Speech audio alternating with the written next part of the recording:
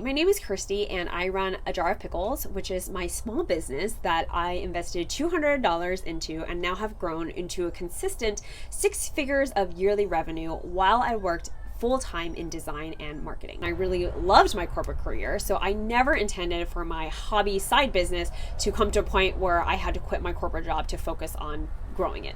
I ultimately came to this point where I took the leap and I quit my job, and definitely still going through the pros and cons of that. But at least for today, I wanted to share about kind of my path and how I got to this point without ever intentionally setting goals to get to this point.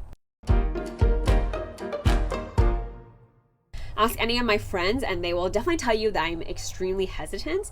And if there is not like a guaranteed outcome, I'm probably not going to do it.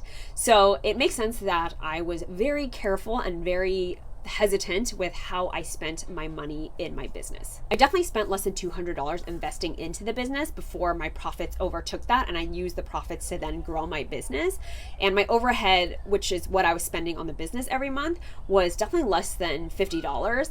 And it took me forever to like invest in big things like even a shipping label printer or money for bulk inventory. That was years and years ago, and at this point my overhead has increased hundreds folds to thousands of dollars every month. But I have always kept that mindset where I am very careful about the way that I spend, and I try and keep my overhead as low as possible, constantly asking myself, like, is there another way that I can figure out how to do this? Do I really have to spend this money? And I've slowly increased my spend with the similar ratio of how my sales are going. So as my sales increase, my spend also increases instead of increasing my spend before my sales get to that point, which means that the risks I'm taking are still very low relative to where my sales are. Because I kept my overhead very low, that meant that the profit that I was making from my business was slowly increasing. My stress working on my business was always very low, and instead I feel a lot of joy every time I think about my business and want to work on my business. I think when you set out for your side business or your small project to take over your 9 to 5, there's like this expectation and these goals that need to be met. But I only worked on my business when I felt like it was fun or when I had time, which is very clear in this sales revenue graph, where in 2017 I had some very personal milestones that I was experiencing, which meant I had very little time, and clearly reflected in my sales because it took a huge dip. But I think that really shows what my attitude with my business was. I didn't let the business define me and my time. I let my life define my business time and how much I was willing to spend into it. All my decisions and all my goals were pretty small, and I didn't spend a ton of time or a ton of energy or a ton of money especially, so that when they didn't work out to my expectations, right? Like a craft fair bombed, or like the first trade show I went to was like not a good monetary or time investment. It was definitely a bummer. Like, it's not like I didn't get sad over my small business, but the burnout was not very often, and when it wasn't like totally devastating.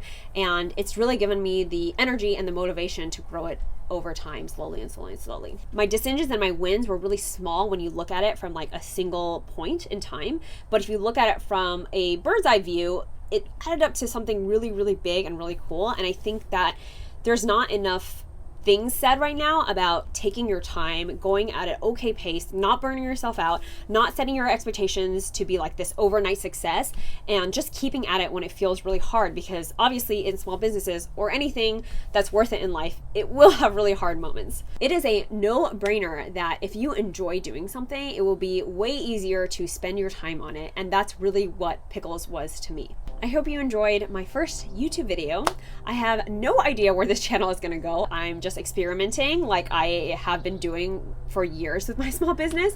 So if you enjoyed this, I think I'm supposed to say please like and comment and subscribe, and let me know down below in the comments if you relate to this or what you might want to see from me. I definitely have like small business tips planned, advice that I have come to find really helpful for my coaching clients, and more experiences that I want to share. I'm having a lot of fun in the process, and yeah, I hope to see you next week. The algorithm tells me I should post every week.